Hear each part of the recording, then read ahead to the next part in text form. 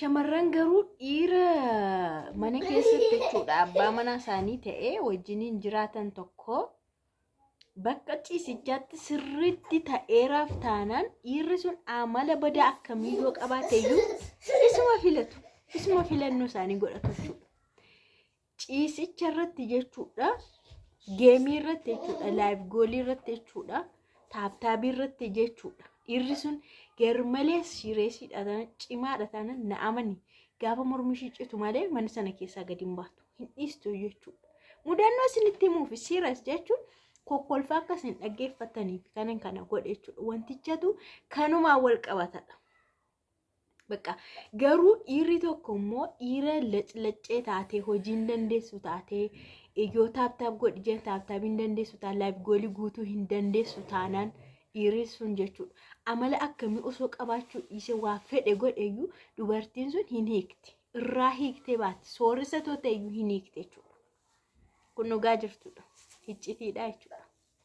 Kanaafuu dhiironni baay'ee cimoo ta'uu qabu, dubartoonni waan kana barbaadu jechuudha. Maa gochuu hin danda'an kun naturalii waan ta'eef waan uskamus hin qabu, safuus hin qabu, waanuma beekamaadha waan ta'eef yoo afaan dubbatame safuu jedhama waan ta'eef simbiratti jechuudha. Egaa mucayyoon tokko jechuudha biyya Arabaatti galteetu heerumte hiriyaama garuu kasi hiriyaama isheeti garuu bada baay'inaan keessa gadi seenanii wali hin beekanii hiriyaamadha. Biyya Arabaatti yeroo galtutti ni heerumte hin fuudhe jechuudha. Maatiidhuma keessatti fuudhe jechuudha. Mucaan kun isa booda mucaan kana faana waliin galan waggaa lama waliin jiraatan. Waggaa lamadha kan isaan waliin jiraatanii garuu badaa waliin hin galanii jechuun afaanii waliin galanii waan dhumaati waliin galanii isheen tokkoffaa mucaa waggaa lama hin deenye toondee waggaa lama guuttee mucaa da'uu diddeessi amma kana hundumaa hidhee siin caqacaqaa akka waan isheen of keessu lammatammoo sababa kanaan wal qabatee hirreebasii bakka garmalee ta'e jechuudha. Akka warra durii warreebanii dhirsii yoo niitii reebee niitiin jaallatti isa jedhan sana fa'aa ta'ee hin beeku.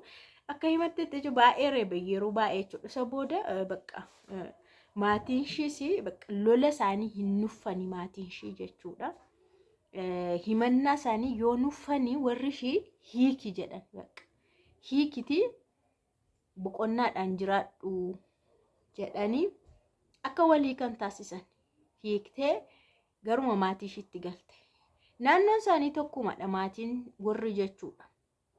Isa booda hamma tokko taa'anii naannoo gara waggaa tokko ta'an adda jechuudha. Isheenis maatii ishii bira teessee innillee akkanuma taa'ee booda fuudhuudhaaf maatiin isaas fuudhii maaltu si teessisa jedhanii isheen sunoo dahuu waan diddeef deemtee jedhu yoo dubartiin daftee deessu yoo ta'e immoo warri dhirsaa kun immoo hacabcaabii ayilenyaadha. Bakka hin hacabaccabu baay'ee hacabaccabu jechuudha. Warri dhirsaa kun niitiin dhuftee kan haati manaa dhufte niitiin fuudhamte sun yookaan deessee yookaan waan ta'e bakka goggootee hin jejjettu taanaan jimjettee teessi taanaan yookaas karaa waaqaas dideedhuma dhala dhabdi taanaan baay'ee goolamu manni sun yoo namni sun konfiidensii hin qabaanne yoo namni sun mana isaan jiraachifanne yoo namni sun maatii isaa of keessaa kanatti of keessaa fuudhee alumatti hin goone dhufanii baxabbatu jechuudha. Mana isaa baay'ee daangaa darbu. Just maatiin ni barbaachisa amma barbaachisu qaba garuu daangaa darbuu hin qabu jechuudha. Haadha manaaf abbaa manaa gidduu seenee waan inni hin borcine baay'eetu jira maatiin jechuudha. Gara lamaaniitu gara haadhaa gara isheettis gara isaattis jechuudha. Hamma daangaatti maatiin isaas maatiin ishees ni barbaachisu. Garuu darbanii hamma kana keessa jettu taanaan kiyaa baasuun dirqama jechuudha. Karaa lamaanuu maaliif haadha manaa abbaa manaa qaama tokko waan ta'eef jechuudha. Egaa erga addaan baatee ishiinis galteenis galee waggaa tokko wayii taa'anii booda fuutu maleedhanii nama kan biraa fuusisuudhaaf qopheessaniif jechuudha. Jaarsa maal jedhan seerumaan jechuudha. Ammas waanuma aadaadhaan godhanii dubbatanii fi tole jedhanii jarrillee itti kennanii sargiin qabamee jedhan. Sargii qabamuu intallu isheen baate kun dhageesse. Yeroo dhageessu hin qawwaxxee jechuudha. baay'ee qawwattee hin aartee egaa yeroo hiiktu sana beekamaadha kun just gaafa hiiktu sana yookaan carraan jira haadha manaa fi abbaa manaa walii kan deebi'anii araaramuu danda'u akka haaraatti yoo mallattoo ta'es yoo nikaates akka haaraatti walitti araaramuu jira addaan bahanii ka'anii jechuudha gama lamaanuu jira kun addaan bahanii wal ilaalanii ka'anii gargar taa'anii wal madaalanii ka'anii warri walitti araarame baay'eetu jira isaan kun garuu waggaa tokko olli kan taa'anii isheenis yaada hin naannefanne innis yaada hin naannefanne jarri lamaanuu waliin barbaanne addadduma ta'anii innis karaa biraa deeme maatiinis fuudhi jedhanii isaanii qopheessaniif sargiin qabamee dhageesse baqaan ofiin ajjeesaa ani baay'een isa jaalladha garuu inni yeroo hundumaa natumaa da'uu diddes naan jedha na caqacaqa garuu baay'een jaalladha kanarraa maaltu argama jechuudha ree namni sun garmalee taabtaabii danda'a jechuudha waan barbaadan kolfuu dandeessu dhugaan jirtu kana dabar shamarran keenya keessatti dubartoota biratti jechuudha dubartiin tokko kan gadi ishee qabu kanadha lammata immoo ittiin kan biraa jechuudha kanaafuu ofiin ajjeesaa yookaan biyyaan bahaa taa'een ilaalu ancidha saayyuu yeroo inni fudhu taa'een ilaalu nama meeqa na dabarse inni natu si fuudha jedhee dhiira meeqa na jala dabarse okay jala dabarsu yeroo sanatti immoo fuudheera immoo walii hin taane walii kaniiru yeroo walii hiiktu immoo atis akka heerumtu beekamaadha innis akka fuudhu immoo beekamaadha maaliif duubatti deebite ganaaf hin ajjeesa akka waan fresh life wayite ofiin ajjeesan maaliif barbaachise moo